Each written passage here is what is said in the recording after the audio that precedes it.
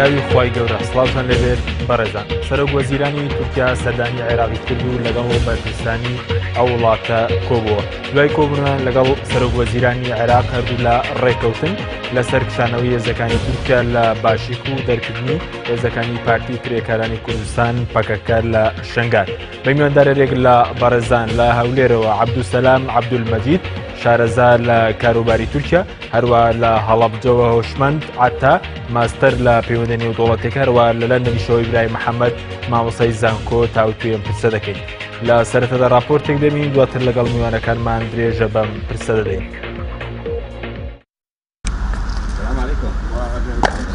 عێراق و تورکیا لەسەر کشانەوەی هێزەکانی تورکیا لە باشیک و دەرکردنی پەکەکە لە شەنگال ڕێکەوتن. دوای چەند ساڵ لە ناکۆچی نێوانیان سەرۆکوەزیرانی تورکیا بە یاوەری وەفدێک گەیشتە بەغداد و لەگەڵ سەرۆکوەزیرانی عێراق و سەرۆکۆماری عێراق و لایەنە سیاسیەکان کۆبووە. دوای کۆبوونەوەیان هەریەکە لە حەیدەر عەبادی سەرۆکوەزیرانی عێراق و بیناڵی یەڵدرم سەرۆکوەزیرانی تورکیا کۆنگرێکی ڕۆژنامەنووسیان ئەنجامدا. حەیدەر عەبادی سەرۆکوەزیرانی عێراق لە کۆنگرەکەدا ڕایگەیاند لەگەڵ بەرپرسانی تورکیا لەسەر کشانەوەی هێزەکانیان لە باشیک ڕێکەوتن و لە ماوەیەکی کوردە و کێشەیە چارەسەرە بێت. دەربارەی بوونی پەکەکە لە شەنگال سەرۆکوەزیرانی عێراق وتی ڕێکەوتن هەیە لە نێوان حکوومەتی هەرێم و عێراق بۆ ئەوەی هێزێکی هاوبەشی عێراق و پێشمەرگە کۆنتڕۆڵی تەواوی ناوچەکانی شەنگال بکاتەوە و ئەبێت ئەو ناوچەیەش لە ژێر کۆنتڕۆڵی تەواوەتی هێزەکانی عێراق بێت و ڕێگەش نادرێت هیچ هێزێکی دەرەکی لەو ناوچانە هەبێت. لای خۆشیەوە بیناڵی یەڵدرم سەرۆکوەزیرانی تورکیاش ڕایگەیاند سەروەری عێراق بۆ ئێمە زۆر گرنگە و هیچ هەنگاوێک نانین زیان بە یەکپارچەی خاکی عێراق بگەێنێت.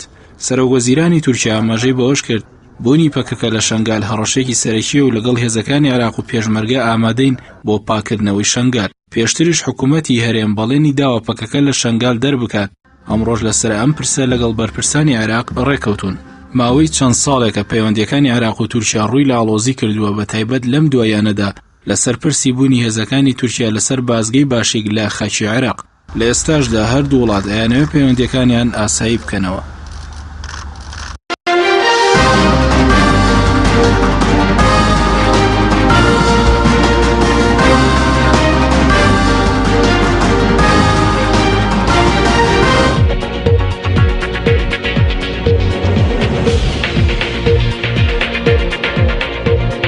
دووبارە سڵاوتان لەبێت بەڕێزان. سەرەتا بچین لای هەولێر، لای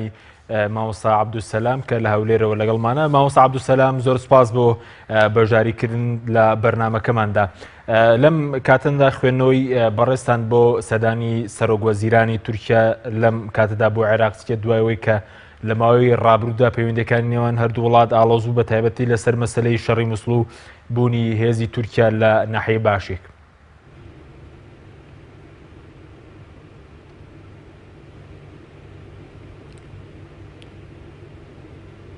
بەڵێ سەرەتا پەیوەندیەکانی عێراق و تورکیا بەڕاستی لە ماوەی ڕابردوودا ڕۆژ لە دوای ڕۆژدا بەرەو ئاڵۆزی دەچوو. ئەو لێدوانانە کە لەلایەن بەرپرسە عێراقیەکان و بەرپرسەکانی تورکیا ئەنجام دەدرا دۆخەکەی زیاتر ئاڵۆز دەکرد. بەڵام لەو سەردانەی کە چەند ڕۆژێک پێش ئێستا قەوڵوا بوو بیناڵی یەڵدرم بگاتە بەغدا و پاشانش بگاتە هەولێر، ئەو ڕۆژ سەردانەکە ئەنجام درا و وەگەیشتنە چەند ڕێکەوتنێک. من پێم وایە ئەو چاوپێکەوتنە ئەو سەردانەی سەرۆکوەزیرانی تورکیا بۆ عێراق پاشانش بەیانی کە دێتە هەرێمی کوردستان بنەمایەکی سەرەکی دەبیتن و ئاسۆیەکی نوێ دەبیتن بۆ ئاساییکردنەوەی پەیوەندیەکانی تورکیا و عێراق. ئەلبەت ئەو پەیوەندیانانە کاتێک کە ئاسایی دەکرێتن بەڕای من کاریگەریەکی ئەرێنی لەسەر هەرێمی کوردستانش بە زێدەیەلیتن. چونکی کێشەکانی ناوچەکە لەو دواییدا تورکیا بەڕاستی ڕوبەڕووی چەند تەحەدیاتێک بووەوە. یەک لەوانە شەڕی داعش بوو، دووەم لە ناوخۆش ڕێکخراوی فەتحوڵڵا گولەن یعنی مەترسیەک و چەند بڵێن کودەتایەک و چەند چالاکیێکی لەناو ئەو وڵاتە ئەنجامدا. تورکیا هەم لە ناوخۆوە هەم لە دەرەوە تووشی چەندین هەڕەشە ببوو. تورکیا لە کاتی ئێستادا گەیشتە ئەو قەناعەتەی کەوا ئەو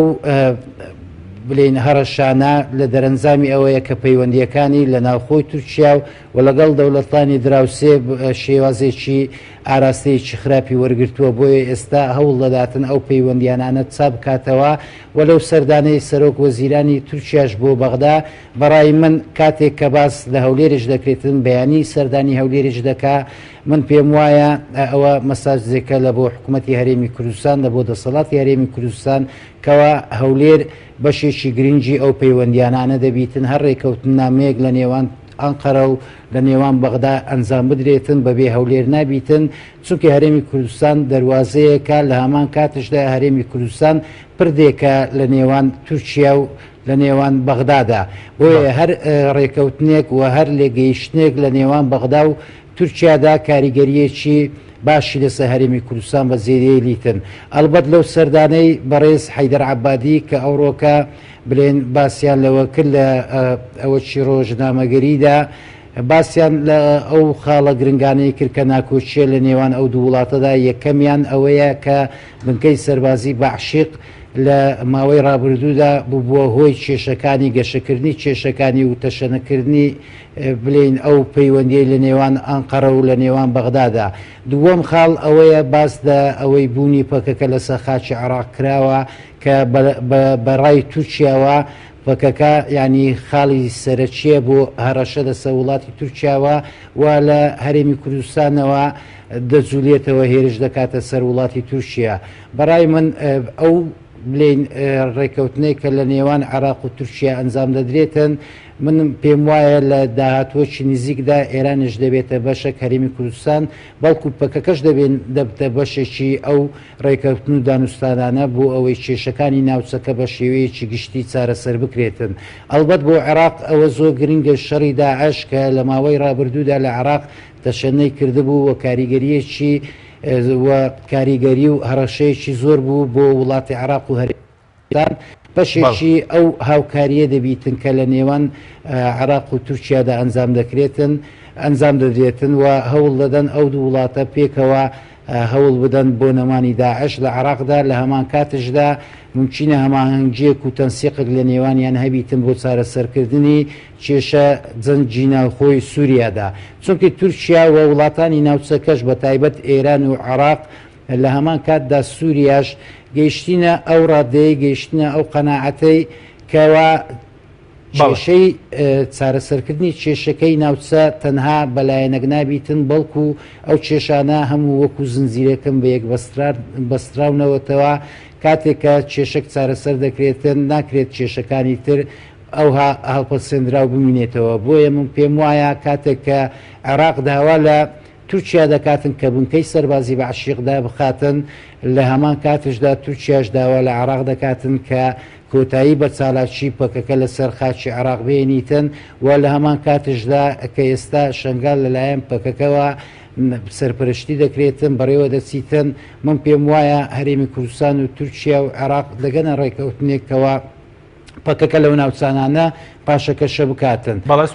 ڕابردوودا بەڕێز زەمال بایەکش لێدوانیدا بووکەوە پەکەکە ئەگەر بێت و هەرێمی کوردستان بەڵای سوپاس دەکەین مامۆستا دواتر گرم و لای بەڕێز کاتی زیاتر بەڕێستان دەین ئەگەر بچینە لەندەن لای مامۆستا ئیبراهیم مامۆستا زۆر سوپاس بۆ بەشداریکردن لە بەرنامەکەماندا سەبارەت بۆی کە خۆتە نەزان لە ماوەی چەند ساڵی ڕابردوودا پەیوەندیەکانی نێوان تورکیا و عێراق ئاڵۆزی تێکەوت لەسەر کۆمەڵێک مەلەف بە تایبەتی لەسەر مەلەفی شەڕی مووسڵ و مەسەلەی بوونی هێزەکانی تورکیا لە ناحیەی باشیک یعنی پێ دوایە ئەو کاری لێکنیزی بوونە لەم دۆخەداتیە ئایا یاخود دەوڵەتێک هەیە کە یارمەتی دەربێت بە دیاریکراوی لە پشت ئەم لێکنیزیک بوونەوەی نێوان عێراق و تورکیا بێت؟ ڕحیم زۆر سپاس بۆ بەڕێز زۆر سپاس بۆ میوانەکانت و هەروەها زۆر سپاس بۆ بینەرانی کەناڵی ئاسمانی پەلامیش ئەلبەتە هۆکارەکانی تێکچوونی پەیوەندی نێوان تورکیا و عێراق ڕەهەندی زۆر تر لەخۆ گرتووە کۆی بەڕێز ئاماژەت پێکرد بەڵکو ڕەهەندی نێودەوڵەتی و هەروەها نەهەر ڕەهەندی ئیقلیمی و هەروەها ڕەهەندی ناوخۆی عێراقش بە تایبەتی کە تورکیا باڵپشتێکی سەرەکی سونەکان دادەنرا و سونەکانش لە عێراق تەحمیش کرابوون بە درێژایی 10 ساڵی ڕابردوو بۆیە پێم وایە هاتنی جێشی تورکی بۆ ناو خاکی بۆ ناو خاکی عێراق بڵێن بە تایبەتی باشیک لەم دوایانەدا ئەو پەیوەندی بە ئەوەی کە ئەو منطقەیە لەلایەن داعش کۆنتڕۆل کراوە تورکیاش بوو بەو بیانەوە هاتووە منطقەکەەوە بە تایبەتیش دوای ئەوەی کە پاکەکەهاتە شنگال و شنگال لەلایەن پاکەوە تاوجودێکی باشیان هەبوو لەوێ. ئەلبەتە نزیک بوونەوەی ئێستای تورکیا لەگەڵ عێراق پەیوەستە بە ڕەهەندێکی سەرەکی کە ئێستا لەم حاڵەتەدا کە ئەم بۆ هاتووە ئەم سەردانی بۆ کوردە بریتێ لە گەڕانەوەی بریتێ لە گەڕانەوەی پەیوەندەکانی تورکیا عێراق بۆ ئاسیاکە بتوان هەماهەنگی بکەن بۆ کۆمەڵێک مەلەفێکە لەو مەلەفانە بریتێ لە مەلەفی پەکەکە لە شنگال و تورکیا دەیەوێت لە دوای داعش یەکێک لە خاڵاگرەکانی منطقەکە بریتێ بە دەرکردنی داعش منطقەی شنگال و ئەم خاڵش بەڕاستی بەتەنها بە تورکیا و هەرێمی کوردستان ناکرێت بۆ لە هەرێمی کوردستان لە ڕێگەی سەرۆکی ئەنجومەنی وەزیرانەوە و بەرپرسەکانی بە تایبەتی پارتی لە سنووری پارتی ئەوان دووبار کردو کە شنگال دەبێت چۆڵ بکرد لایەن پەکەکە و پەکە دەبێت بە هەر نرخێک بێت لەو منطقەیە چۆڵ بکرێت بە تایبەتی مەش دەگەڕێتەوە بۆ ئەوەیەکەوە عمقێکی پەیوەندی گرنگ لە نێوان تورکیا و پارتیدا هەیە. ئەم وای کردو بەڕاستی کە تورکیا حەز بۆ بکات کە بەتەنها بە پارتی ناکرێت و بەتەنها بە هەرێمی کوردستانیش ناکرێت بەگشتی بۆیە خاڵێک دەیەوێت تەکیدی لەسەر کردوێت وەکو لە بەیان مشتەرەکی هەردوو بەیان داهاتوە کە ئەمڕۆ لە کۆبوونەوە کە هاتوو بازەوەکە کە فێرن دەبێت هیچ خاکی هیچ کامێک بەکار نێنرێت بۆ تێکدانی سەروری لایەنەکەی تر لایەنی بەرامبەر واتە ئەوەی کە ئەعلان کراوە بەڵام ئەوەی کە بازێک لە ڕاگەاندنەکانەوە کە ئەوەی کە دزەی کردن ناو ڕاگەاندنەکانەوە کە بەغدا ڕازی بووە کەوا هاوکارەکانی بۆ سەرپەکە کەم کاتەوە و هاوکار بە لەگەڵ پێشمەرگە بۆ دەرکردنی پەکە لە شنگال پرسیار ئەمەیە ئایا پەکەکە دەرەچێت لە شنگال بە ئاسانی شنگال بە ئاسانی چۆڵ دەکرێت ئەمە بەڕاستی گرفتێکی گەورەیە چونکە پەکەکە بە بەردەوامی ئەوەی ڕوون کردەوە کە فعلاً شنگال چۆڵ ناکات تەوابەتە شەڕی داهاتووی پەکەکە یا شەڕی داهاتووی تورکیا عێراق هەرێم لەگەڵ پاکەکە لەو منتیقا بەڕاستی ئەمە شتێکی وارد دەکات لە داهاتوو کە نزیک دەهاتوو ڕووبەڕووی هەرێمی کوردستان بێتەوە. یەک خاڵی گرنگی ئەوەی بزانین کە کاتێک کە پایتەختەکانی ناوچەکە کە لێک نزیک دەبنەوە بە تایبەتی ڕەهەندی کورد بێت یەکێک لە خاڵەکانی ئەڵبەتە ئەمە ڕەهەندی زۆری هەیە وەکو ئاماژەت بێت ڕەهەندی نێودەوڵەتی هەیە وەکو سوڕانەوەی تورکیا بە ئاراستەی بەڵێن فەلەکی سۆڤێت ئێران سووریا و هەروەها ڕەهەندی ئیقلیمیش کە لەسەر ئاستی سووریا تورکیا ئەو ئەجندای کە هەیە بوو نێتوانێت بە شێوازێکی باش جێبەجێ بکات بۆیە مەسم کووردە لە شنگال و شەڕی کورد زۆر نێگەتیڤانەیە نەرێنیانەیە لەسەر ئاستی پەیوەندیەکەی هەردوو لا گرەوی لەسەر دەکرێت تا گرە و لەسەرەوە دەکرێت ئایا چۆن بتوان ئەو بکەن لە هەمان کاتداویەوە بزانین ئایا عێراق جدیە لەسەر ئەوەی کە فعلا لە بری ئەوەی کە هێزەکانی تورکیا لە باشی بکشێتەوە شەڕی پەکەی بۆ بکە ئەمە خاڵێکی گرنگە دەبێ ئاگامان لێ بە فعلا ئەمە شتێکی ئاسانە چونکە ئێستا حالیان عسکەریان مادیەن عبادی هاوکاری پەکەکە دەکەن لە شنگال و ڕێگەی پێداون لێ ببن و دەنگۆی ئەوە هەیە وەکو حەشی شعبی تعاملە لەگەڵەکە و پاران دەداتێ و چەک و ئەسیحان دەداتێ و بواری بۆ کردوونەوە لە منتیقا نفوزی خۆیان زیادکەن ئایا عبادی بە ئاسانی دەست لەمە بەرەدات ئەمەش بەڕاستی پرسیارێکە کە ئێمە دەبێت لە خۆمانی بکەین و لە ئەو کەسانێکی کە مختصن لە واردەوە بزان کە فعلا بەڵێ ئەم سەردانە کراوە بەڵام ئایا دەرەنجامەکانی ئەم سەردانە خۆ عبادی لە مەکتەبەکەی خۆیەوە بە بەیانی مشتەرەک ئەمەی ئەمڕۆ ڕاگەاندووە نەک ئیتیفاقی مشتەرەک و لەگەر سەیری خاڵەکانی یەکی بەیانەکە بکەیت دەڵێ ئەکەدە واتە دووپارتیان کردەوە ناڵە ڕێکەوتن ناڵە اتفاق طرفانی على ئەوە ناڵە ئەم دوولایانە ڕێکەوتن لەسەر ئەمە دەڵێ ئەکەدە یعنی تەکیدی کردەوە لەسەر ئەو شتە بەردەوام عێراق تەکید دەکاتەوە کە دەبێت باشیک چۆڵ بکرێت بەردەوام تورکیاش تەکید دەکات دەبێت شنگال چۆڵ بکرێت ئەم تاکیدکردنەوەوانە کە لەسەر ئاسی ئیعلام کۆی ئێستا ڕاهاتوە سەر اتفاقێکە نەک ئەو بەیانە مشتەرەکەی بوون دەریان کردووە ئایا تەطبیقەکەی چۆن دەبێت بەڕاستی دەبێت چاوەڕێ بکەین بزانین ئایا پەکەکە بەدەم بانگەوازەکە عبادی و ئەچێ لەگەڵ تورکیا کردوێتی ئەگەر هاتوو پەکە بەدەم بانگەوازی تورکیا و عبادی و چووکەوابەتە وجودی پەکەکە وەکو تەیارێکی بەرهەڵسکاری تورکیا هیچ واتە و مانایەکی نامێنێتەوە. بەڵێ سوپاس دەکەم دواتە گەڕێنەوە لای بەڕێستان ئەگەر بچینە هەڵەبجە لای مامۆستا هۆشمەند مامۆستا زۆر سوپاس بۆ بەشداریکردن لە بەرنامەکەماندا بەڕای بەڕێستان ئەم سەردانی سەرۆک وەزیرانی تورکیا بۆ عێراق زیاتر سەردانێکە بۆ مەبەستی ئەمنی یاخود مەبەستی سیاسیشی لە پشتەوە یاخود بە دیاریکراوی کە باز لەو دەکات تا چەند ئەم سەدانە پەیوەندی بە و لێگنزیکبوونەوەی تورکیا و رووسیا شەوەیە کە لەو ماوەی پێشتر لەسەر سووریا گەشتنە ڕێکەوتن.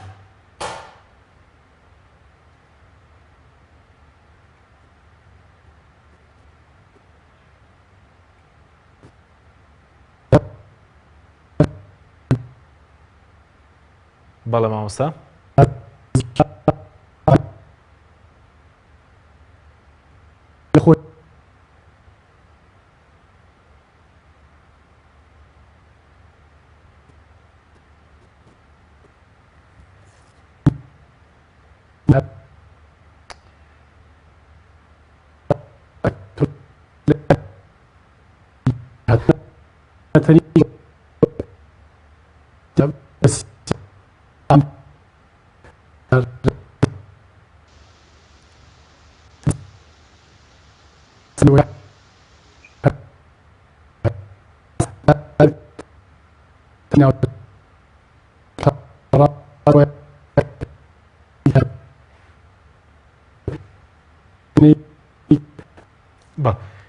بەڵێ سوپاس دەکەین مامۆستا دیارە گرفتێکێ لە گەشین دەنگی جەنابتان دواتر دەگەڕێنەوە لای بەڕێستان ئەگەر بچینەوە هەبێر لای مامۆستا عەبدولسەلام. مامۆستا ئەگەر سەبارەت بەوەی کە مەسەلەی ئەم لێکنزیکبوونەوەی عێراق و تورکیا تاسەم پەیوەندیەکی بە مەسەلەی لێکنزیکبوونەوەی رووسیا و تورکیا شەوەیە کە لە ماوەی ڕابردوو لەسەر بارودۆخی سووریا جۆرێک لە ڕێکەوتنیان کرد.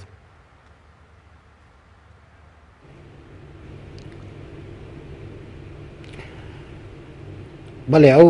بڵێن پەیوەندیەی کە ئێستا لە نێوان عێراق و تورکیادا ئاسایی دەکرێتەوە یعنی کاریگەری رووسیای تێدا زۆرە چونکە ئێمە بێت و گەرت سەیری هەندێک بیردۆزە ژیۆپۆلۆتیەکان بکەین یەک لەوانە کە ئی هاڵوەرد ماکندەرە لە ساڵی 1970دا لە پێش جەمعیەی جوغرافیینی بەریتانی پێشکەشی کردبوو کەوا دورگەی جیهان بە شوێنێکی زۆر گرنگی دنیای دانا بوو. دورگەی جیهانش یەکێتی سۆڤێتی کەون و ڕۆژهەڵاتی ئەوروپای دەگرتەوە. هەڵوەرد ماکندەر دەرێتن ئەو لایەنە یانش ئەو هێزەی کۆنتترۆلی دورگەی زەوی بکاتن دەتوانی کۆنتترۆلی دڵی زەوی بکاتن. دڵی زەویش ڕۆژهەڵاتی ناوەڕاستە و باز دەوەش دەکاتن ئەوی کۆنتترۆلی دڵی زەوی بکاتن کۆنتترۆلی هەموو دنیا دەکا. ئێمە گەر لە ڕووی جیۆپۆلیتیکەوە سەیری ئەو بابەتەکە بکەین ئەمریکا ماوەی 100 ساڵە هەوڵ دەداتن کە بڵێن هەم دورگەی زەوی و هەم دڵی زەوی کۆنتترۆل بکاتن. ئەو جەنگانەی کە لە ئەفغانستان و لە عێراقدا ئەنجامدرا لە پاشانش لە لیبیادا بڵێن بە ئەوەی بەهاری عەرەبیەوە رووسیا گەیشتە ئەو قەناعەتەکەوە ئەمریکا و دەوڵەتانی ئەوروپای ڕۆژئاوا هەوڵ دەدەن چەمبەری رووسیا تەسکەنەوە و رووسیا وەکو دەوڵەتێکی داخراو بکەن. ئەو بڵێن کێشەی نیمچە دورگەی قرم یەک لەو بابەتانە بوو کە رووسیا بڵێن رووسیای فدرال بنکەیەکی سەربازی لە نیمچە دورگەی قرم هەبوو لە ساڵی 2017 کۆنتراتەکەیان لەگەڵ ئوکرانیا تەواو دەبوو. ئوکرانیا ئەو ماوەیەی درێژ نەدەکرد رووسیا شەوڵی دەدا درێژ بکاتن. بۆیە رووسیا هەستا بڵێن لە نیمچە دورگەی قرم ڕیفەراندۆمەکی ئەنجامداوە ناوچەیەکی سربەخۆی کرد. لە هەمان کاتشدا گەر ئێمە سەیری قەیرانی سووریاش بکەین لەو 3 ساڵەی ڕابردوودا رووسیا بەشێک نەبوو لە قەیرانی سووریادا بەڵام دوو بنکەی سەربازی زۆر گرنگی هەیە رووسیا لە سووریادا یەکێکیان بنکەی سەربازی تارسوسا ئەوی تریشیان بنکەی لازقیەیە کە ئەو دوو بنکەیە لەگەڵ بنکەی نیمچە دورگەی قرم ئەو بنکانانە سەیری بڵێن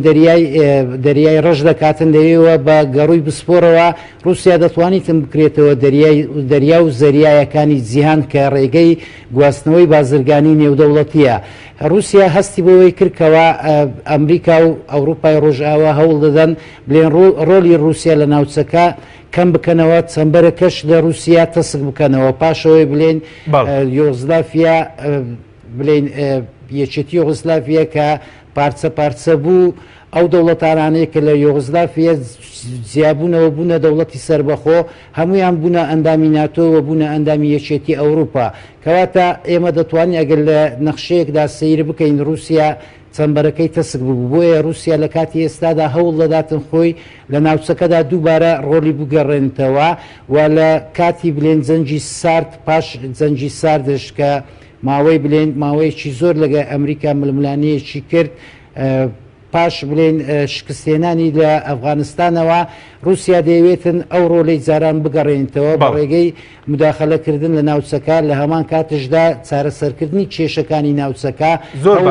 دەوڵەتی عراق و ئێران و سووریا و تورکیا لە یەک نزیک بکاتەوە بۆ کێشەکانیان چارەسەر بکاتن. ئەلبەت ئەوە کاتێک کە بڵێن تورکیا فڕۆکەی رووسیای لە سووریا کەتان پاشانش بڵێن ئەو بالیۆزەی رووسیا لە ئەنقەرە کوژرا رووسیا شەستی بۆەوەی کرد لایەنێکی سێم هەیە هەوڵ دەداتن پەیوەندیەکانی تورکیا و رووسیا لاواز بکاتن وەلێکیان دوور بخاتەوە چونکە هەروەکو مامۆستا ئیبراهیمش لە بەریتانیەوە باسی کرد ئەوە ڕەهەندی ئەقلیمی و ڕەهەندی نێودەوڵەتی هەیە لە هەمان کاتشدا ڕەهەندی سیاسی و ئابووریشی هەیە. ئێمە گەرسەیری پەیوەندیەکان بکەین کاتێک کە پاش کەوتنی فڕۆکەکەی رووسیاوە پەیوەندی رووسیا و پەیوەندی تورکیا بەرەو لاوازبووندا چوو بەرەو قەیراندا چوو بە تایبەت لە ڕووی ئابووریەوە تورکیا زەرەرێکی زۆری پێگەیشت چونکە ساڵانە 20,000 کەشتیار داهاتە تورکیای پاش تێکچوونی دۆخی تورکیای ڕێژەی کەشتیاران بۆ تورکیا لە سەتاش کاریگەری لەسەر دراوی لیرەی تورکیدا هەبوو کەوا لە بەرامبەر دراوەکانی تردا نرخی دابەزێت. بەڵێ سوپاس دەکەم دواتەگەرە لای بەڕستان بەڵێ سوپاس دەکەین مامۆستا عەبدولسەلام دواتر گەڕین و لای بەڕستان کاتی زیاترتان پێدەین ئەگەر بچینە هەڵەبجە لای مامۆستا وەشمەد مامۆستا زۆر سوپاس بۆ بەشداریکردن لە بەرنامەکەماندا لەم لێک نزیکبوونەوەی کە ئێستا لە نێوان عێراق و لە نێوان تورکیا دەبینرێت لە ڕابردوودا کێ هۆکاری ئەو بوو کە پەیوەندیەکانیان ئەم دوڵاتە ئالۆز بێ لە ئێستادا بە بڕای بەڕێستان کێرەس پێشخەری لێک نزیکبوونەوەی ئەم پەیوەندیان یاخود ئەم نزیکبوونەوەیە بەرژەوەندێکی هاوبەش یاخود کام لە زیاتر قازانج لەم لێک نزیکبوونەوەی دەکەن؟ لە ڕاستی ئەگەر پرسیارەکە بۆ جۆرە گەشتێتە من کە دەست پێشخەرەکەی کامیانە یان لە بەرژەوەندی کامیانە من پێم وایە دەست پێشخەرەکە واقعەیە هاتووەتە پێشەوە کە لە ئەمڕۆیە ناوچەکەی ڕۆژهاتی ناوەڕاست و لە عێراق و لە سووریا و لە تورکیاشا بە هەمان شێوە جەنگێکەیە و کێشەی ئەمنی هەیە خوڵقاتی تیرۆریستی هەیە و هەرێکێک لەم وڵاتانە ینی ڕۆژانە لە کۆنتاکتان لە پەیوەندیان لە ئاڵوێری پەیامی دیپلۆماسی لە پەیامی سیاسیوانیان پێکەوە پێم وایە ئاڵوێری زانیاری استخباراتی و هەواڵگیری ئەوانشیان هەیە پێکەوە لەبەرەوە پێویست دەکات لە قۆناغەکانی جەنگا پێویست دەکات دوجار هێزە سەرچیەکان هێزە سنتراڵیەکان و هێزانەی کە شەرعیەتی گەورەیان هەیە ئەو هێزانەی کە خاوەنی سیادە و کە خاوەنی هێزێکی شەرعین لە چوارچێوەی نظامی نێودەوڵەتیە ئەم هێزانە دوجار دەکەونە ئەوەی کە کارتەکانیان بگۆڕنەوە بۆی ئەو تەنگژە ئەمنی و سەگداریانی کە ناوچەکەیە کۆتایی پێدەن. عێراقەوە لە ڕاستیە عێراق وڵاتێکی زۆر لاوازە لە ئێستاە و داعش بەشێکی زۆری خاکەی ساجی کردووە و میلیشیا عێراقیەکان بە تەواوەتی کۆنترۆلی بەرەکانی سەربازی و جەنگی عێراقیان کردووە ئەنی زۆر جار لەژێر کۆنترۆلی دەوڵەتی مەرکەزی زیاتر دەرەچن لەبەرەوە عێراق دەبینین ناتوانێت وەکو دەوڵەتێکی خاوەن سیادە وەکو دەوڵەتێکی خاوەن دامەزراوە و خاوەن دیسپلین بتوانێت کارەکانی خۆی جێبەجێ بکات. بەڵام ئەگەر لە سێکرا تەماشا بکەین لە وێنەگەڵەکە تەماشا بکەین لە ڕاستیدا چ بەرژەوەندی عێراق و چ بەرژەوەندی تورکیاش لە ئەمڕۆدا وا دەخوازێ دوایەوەی کە لە ئاسووە وا دەرەکەوێت کە داعش لە عێراق بە کۆتایی دەشێت و وا دەرەکەوێت کە گۆڕانکاریەکانی سووریا کاریگەری لەسەر ساحەی سیاسی عێراقیش هەبێت چ پەیوەندی بە تورکیا وا هەبێت چ پەیوەندی بە عێراقەوە هەبێت ئەوەی کە پەیوەندی بە تورکیا هەیە لە ڕاستیدا وەکو مامۆستایان کرد من باسییان کرد مەسەلەی ئەولەیاتی تورکیا لە عێراقدا کێشە سەرەکی تورکیا لە عێراقدا مەسەلەی بوونی بارگاکانی پارتیکرەکانی کوردستانە چ لە ناوچەکانی قەندیل و هەرێمەکانی پاراستنی میدیا چ لە نەم ناوچەی کە ئێستا بەزەر باسەکەی لە ڕۆژەوی میدیایە ناوچەی شەنگال من پێم وایە کێشەکە تەنها ئەوە نییە کە پەکەکە لە ناوچەی شەنگالە وەگەر بێت و پەکەکە لە چیا شەنگالش بکشێتەوە کۆتایی بە پەیدانە ئەمنی سیاسەکانی نێوان عێراق و تورکیا نایە یان کۆتایی بە نیگەرانیەکانی تورکیا نایە لە عێراقدا وەکو ئەم کێشەیەکی کێشەیەکی لە کێشەدارە و کێشەیەکی دەیان ساڵان تورکیا پێوەی ئەناڵێنێ و ئەم کێشەیە پەیوەندی بارزگریپی ناوخۆی تورکیاوەیە ڕاستیە بەداخەوە لە ماوەی چەند ساڵی ڕابردووە کاتێک کە بینیمان پرۆسەی ئاشتی لە ڕۆژەفدا بوو لێی تفەنگەکان بێزەن کرابوون و ئاشتی و بەقەراری سیاسی و ئابووری بژانەوەیەکی کەسی بازرگانی و کشتازی ئابووری لە چ لە باکووری کوردستان چ لە فەرەنسای تورکیادا لە برەوێکی گەورەدا بوو. بەڵام بەداخەوە کاتێک کە ئاشتی پاشەکشەیە کاتێک کە سوپا دێتە پێشەوە کاتێک کە ویستی شەڕسوازی و شەڕفرۆشتن دێتە پێشەوە هەموو ئەو شتانەی دەستە دواوە و ئەوەی کێتە پێشەوە مەسەلەی جەنگ و مەسەلەی کەساکێشانی سەربازیە. بەنسبەت عێراقیشەوە لە ڕاستیە بۆ عێراقیش لە ڕاستیا هەمان کێشەی هەیە کە تورکیا هەیەی. بەڵێ سپاس دەکەین مامۆستا. دواتر دەگەڕێن و لای بەڕێستان بەڵێ بینەرانی بەڕێز ناوبڕێکی کورت هەیە دوای ئەم ناوبڕە دەگەڕێنەوە وڵاتان لەگەڵمان بمێنەوە. بەرنامەی ئەمڕۆ بە سپۆنسەری کۆمپانیای ئەسێ بۆ بازرگانی مۆبایل شیری ئاڵتونسا. ئەسێ یەکەمین مۆبایلی مارکەی کوردی. کۆمپانیای ئەسێ بە لەبەرچاوگرتنی قەیرانی دارایی مۆبایلە تایبەتەکانی دەکاتە قستی مانگانە. Q4 14,000 دینار، Q5 17,000 دینار. پەلە بکە بەبە بەخاوەنی یەکێک لە مۆبایلەکانی ئەسێ کە 2 مۆدێل و 4 ڕنگ لە خۆ دەگرێت بە قستی زۆر گونجاو. ئەسێ پێشەنگی تەکنەلۆژیای نوێ.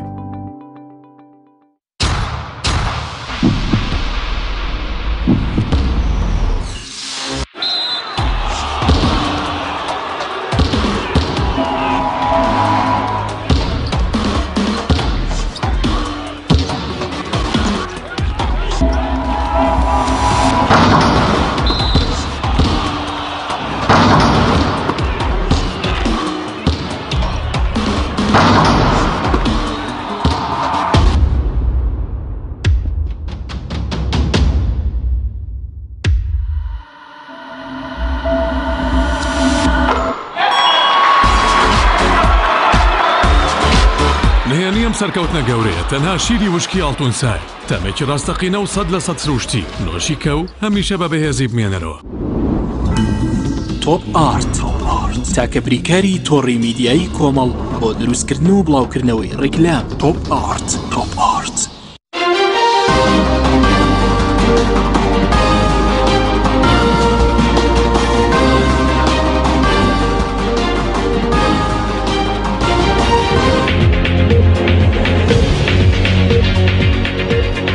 سڵاتان دەوێت بەڕێزان ئەگەر بچینەوە لای مامۆستا ئیبراهیم لە لەندەن.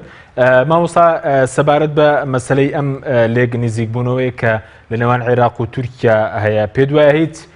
کاریگەریەکی دەبێت لەسەر مەسەلەی ئایندەی هەرێمی کوردستان و لەسەر ئەو پەیوەندیانەی کە بەتایبەتی لە نێوان پارتی و تورکیا هەن؟ بەدڵنیایەوە مەترسێکی گەورەی هەیە ئەم نزیکبوونەوەی کە لە نێوان تورکیا و بەغدادا هەیە و لە نێوان ئەو گۆڕانکاریی کە لە علاقاتی تورکیا لەگەڵ رووسیادا کردوەتی خەتەرێکی زۆر گەورە هەیە لەسەر کورد بە گشتی بەتایبەتی لە سووریا و ئەم ڕێکەوتش بەتایبەتی کە هاتوو بووی بناڵدەردەم هاتوو بووی لە بەغدا و بەتایبەتی ئایانەوەی کورد بەکاربێن وەکو هێزێک بۆ شەڕی پەکەکە لە شنگال. ئەلبەتە ئەمەش هەدەفی سەرەکی تورکیا بۆ پەیوەندیەکانی لەگەڵ بەغدا. بۆیە لەم لە داهاتوودا ئەگەر پەکەکە و پێشم وایە وا دەکا پەکەکە چونکە واقعەکە وا دەخوازێ وا دەخوێنرێتەوە کە پەکەکە شنگال بە ئاسانی چۆڵ ناکات کە شنگالش بە ئاسانی چۆڵ ناکات چیە کات ئەو کاتە ڕوبەڕووبوونەوە ڕوەدا ڕوبەڕوونەوە کێ ڕوبەڕووبوونەوە سنووری شنگال لەگەڵ کێ هێزی شنگال کێ لە شنگالە هەیە پارتی لەو سنووردا هەیە پێشمەرگە لەو سنووردا هەیە لە کەڵپەکە بە هاوکاری تورکیا شەڕ دروستە بێت و ئەگەر حکوومەتی عێراقی بەشێک بێ لە شەڕەکە دڵنیا نیم لێ کە بتوانێت لایەنگیر نەبێت و بێوێت پەکەکە لە شنگال بچێتە دەرەوە چونکە ئەوە کارتێکی فشارە بەدەستی حکوومەتی عێراقی و بەکاری دێنێ بۆ تورکیا بۆ ئەوەیەوە هێزەکانی خۆی لە عێراقا بکشێنێتەوە بەتایبەتی لە باشیک. ئەلبەتە ئەمەی کە تورکیا دەیکات و هەوڵی بۆ دەدات هەرێمی کوردستان بەشێکی سەرەکیە بێلی کە بەشێکی سەرەکی دێ بێگومان ڕنگدانەوەیشی نێگەتیفانی دەوێت بۆ سەر هەرێمی کوردستان. ئەنجاو کاتە جەنگێکی درێژخان دروستە بێتە نێوان کورد بۆ کووردا ئەو کاتە دنیا زەرمەندی بۆ هەرێمی کوردستان دەبێنێتەوە خۆشەڕەکە لەسەر خاکی تورکیا نیە. تورکیا دەیەوێت ئەمنیەتی قاومی وڵاتێکی خۆی بپارێزێ بە دوورخستنەوەی شەڕەکە. ئەلبەتە خۆ ئەگەر تورکیا بەنیازی ئەوە بێت حکوومەتی عێراقی پەکەکە لە شنگال بۆ دەرکات هەرم داواکاریشی بۆ لە کۆناکەی و لە قەندیل پاکە دەرچێت لەگەڵ حکوومەتی عێراقیە. حکوومەتی عراقی نتوانێت پاکی لە قندیل بۆ دەربکات و پاکش لە قندیل دەرناچیە چۆن لە شنگال دەرەچی تازە هێزێکی قوتێکی زۆری پاکە لە ناو شنگالە هەیە و هێزی دروست کردووە لە شنگاریەکان بۆ ئەوەی کەوا جێپی خۆی دروستکە و ئەوە بۆ ئەوان عمقێکی استراتیجیە بۆ پاکە ئەگەر لەبەرەوە من پێم وایە لە داهاتوویەکی نزیکدا شەڕی پاکەکە لەگەڵ هێزی پێشمەرگی کوردستان ڕوئەدا و بە پاڵپشتی تورکیا و بە تەخطیط و پلانی تورکیا ئیتر ئەو کاتەش حکوومەتی عراقی لەگەڵ حکوومەتی تورکیا هەردووکیان پێکەوە قازانجان لەوەیەکەوە کورد بکوژە قازانجان لەوەیەکەوە هەرێمی کوردستان بۆ ئاراسیەدا بڕۆ بەڵێ سوپاس دەکەین ئەگەر بچینەوە هەڵەبجە لای ماوەستا هۆشمەند ماوەستا سەبارەت بەم لێک نزیک بوونەوەیە ینی ئەمە زیاتر قازانجی بۆ عێراقیان بۆ تورکیا پاشان وەکو ماوەستا تواورە لەسەرەوەی کە ئەمە زیانی هەیە بۆ هەرێمی کوردستان ئەم لێک نزیک بوونەوەیە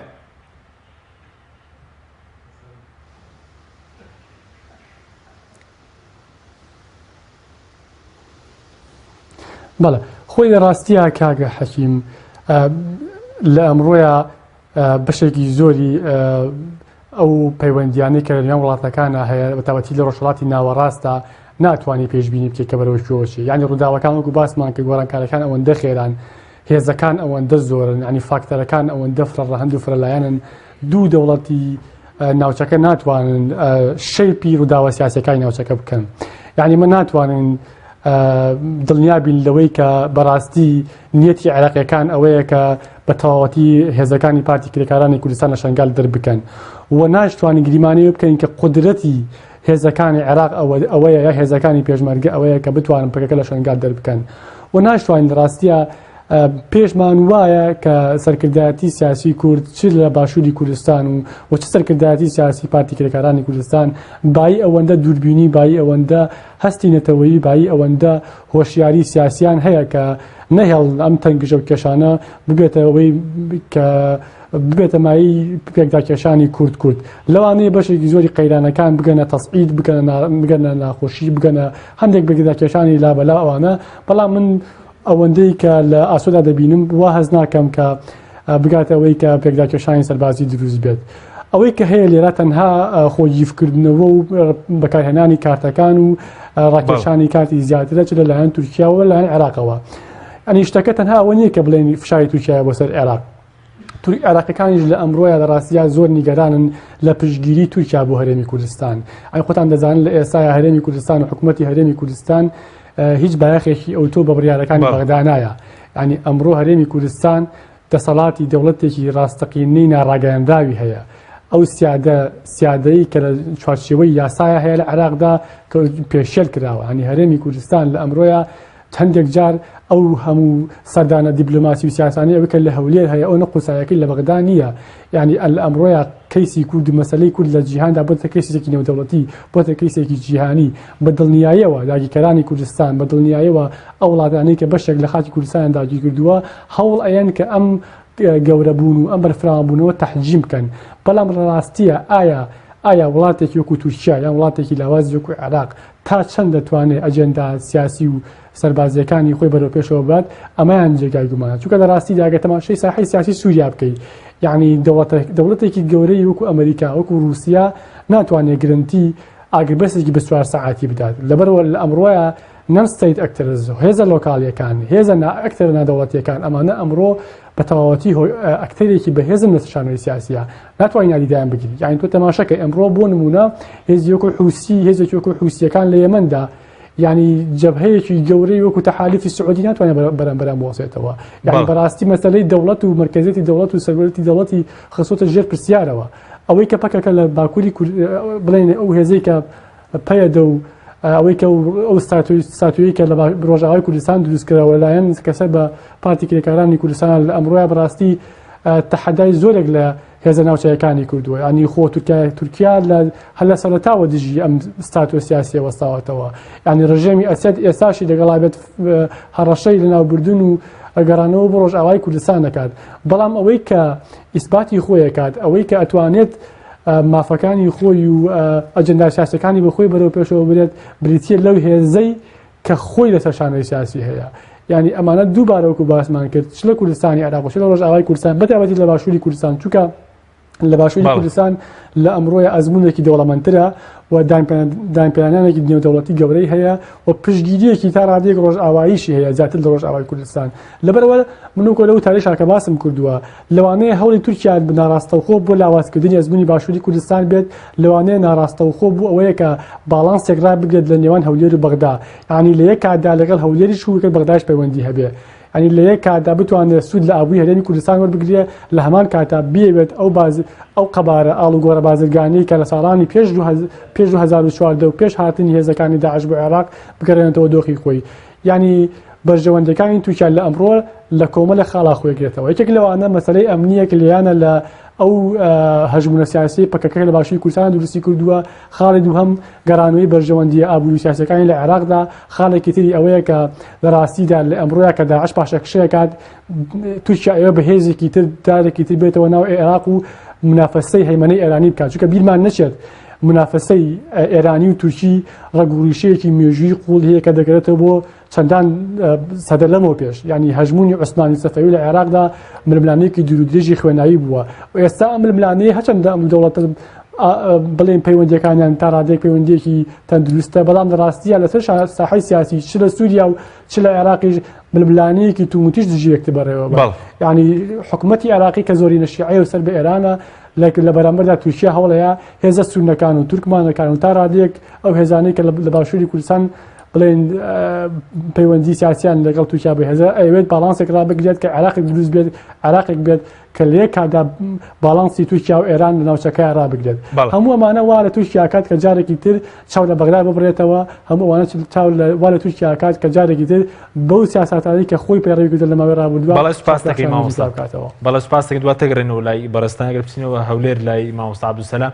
مامۆستا سەبارەت بە مەسەلەی ئەوەی کە ئێستا بەرژەوەندیەکانی کامیان بۆ تورکیا بەرژەوەندیەکانی زیاترە لە نێوان بەغداد و هەولێر یعنی ئێستا کامیان زیاتر بەلاوی تورکیاوە گرنگترە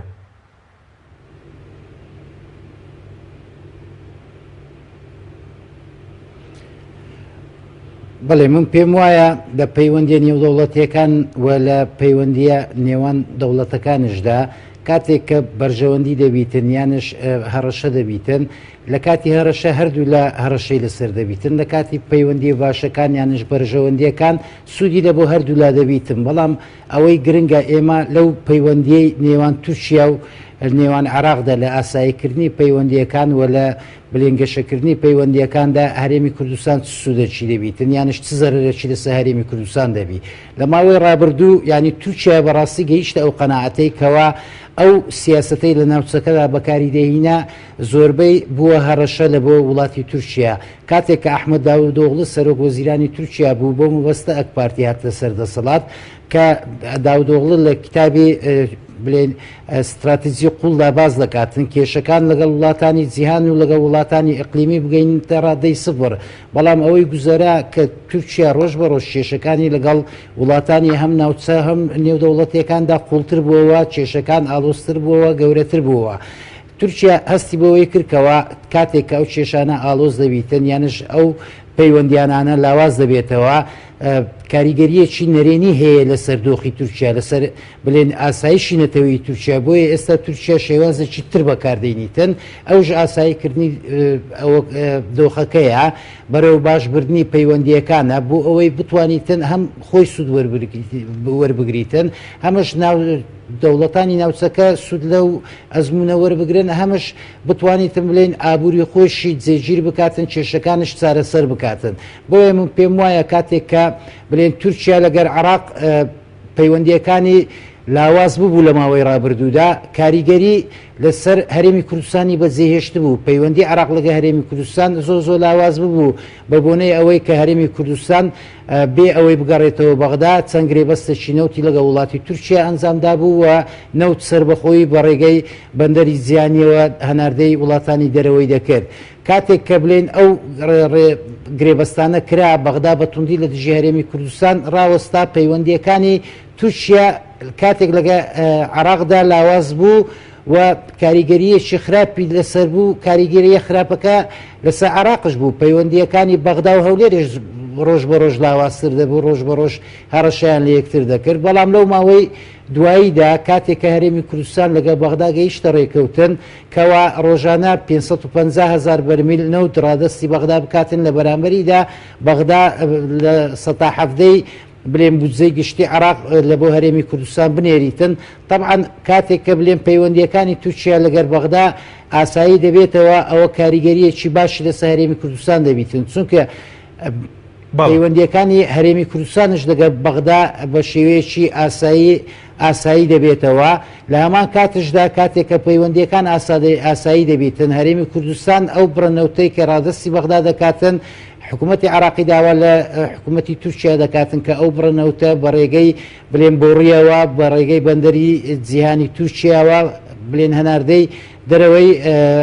وڵاتانی دەرەوە بکرێتن بۆیە من پێم وایە گەربێت و پەیوەندیەکانی تورکیا و پەیوەندیەکانی تورکیا لەگەڵ عراق ئاسایی بکرێتەوە کێشەی بودجەی هەرێمی کوردستان چارەسەر دەبیتن کێشەی بلێن گرفتی ئابووری هەرێمی کوردستان چارەسەر دەبیتن لە هەمان کاتشدا ئەوە چی کاریگەریەکی باشی لەسەر پەیوەندیەکانی هەردوولایەن دەبێتن بەڵام ئێستا ببڕایت و کامیان بۆ تورکیا ئێستا گرنگترە عێراقی بەغدادی بەلاوە گرنگتریان هەولێر بۆ مەسەلەی لە کامیان زیاتر بەرژەوەندی دەست دەکەی وەکو بەرژەوەندی ئابووری و سیاسی و سەربازی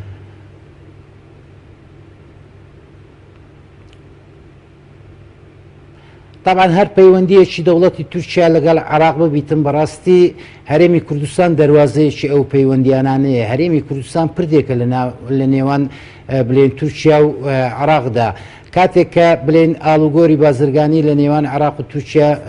ئەنجام بدرێتن یان ئاسایی بکرێتەوە ئەوە لە سەرخاچی هەرێمی کوردستاندا دەبێتن هەرێمی کوردستان بە درێژایی بلێن سنوورەکانی عراق لەگەڵ تورکیا بە ڕێگەی هەرێمی کوردستانەوە بەسترایتەوە بۆیە من پێم وایە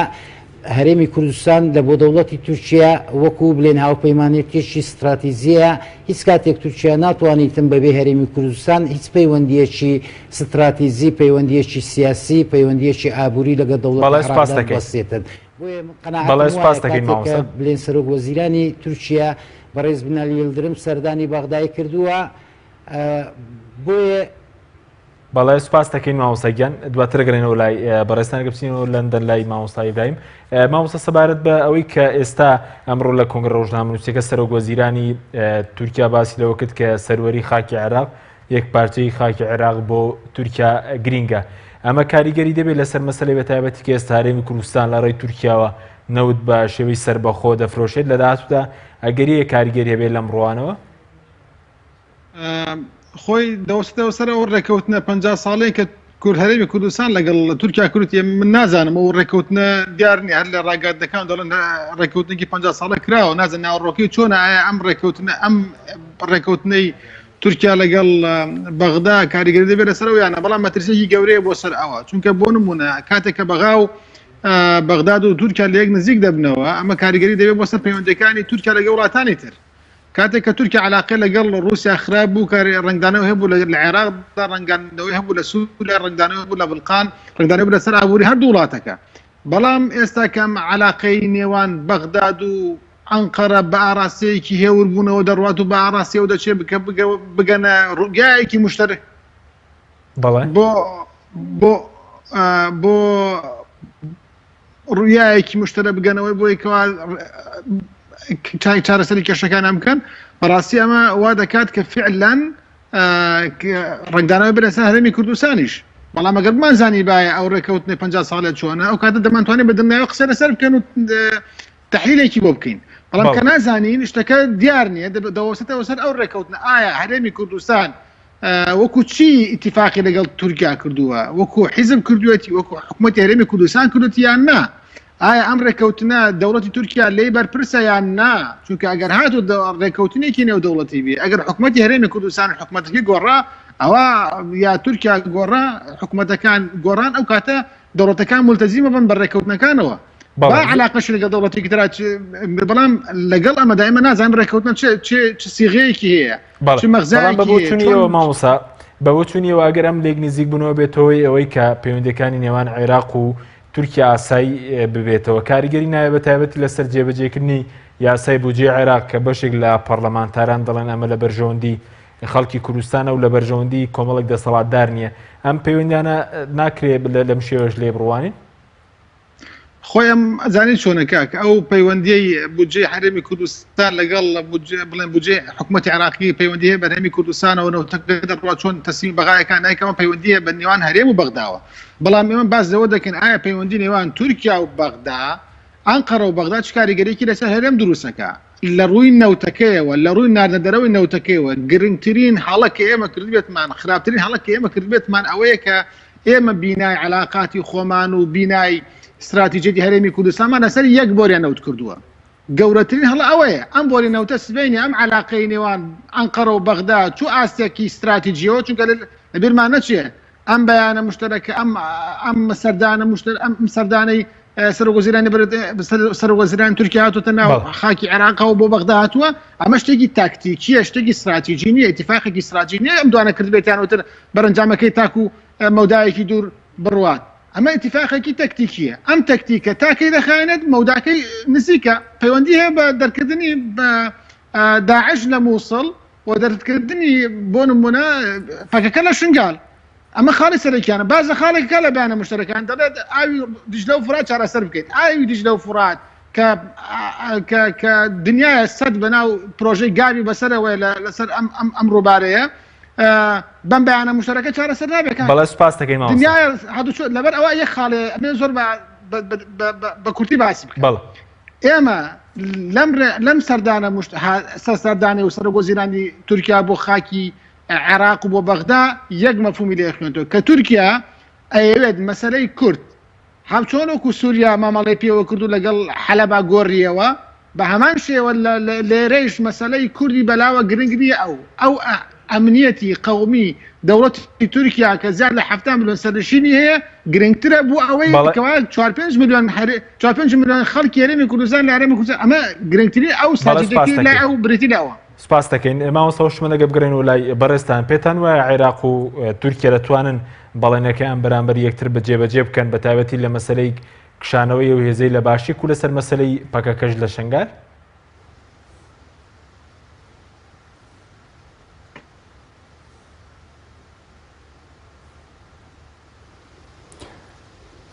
لە ڕاستیە ئەوە ناکرێت ناتوانین بەتەواتی پێشبینی بکەین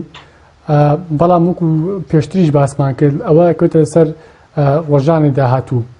من ئەمەوێت تەرکی سەر و خاڵی مامۆستابراهیم کەمەوە کە باسی کرد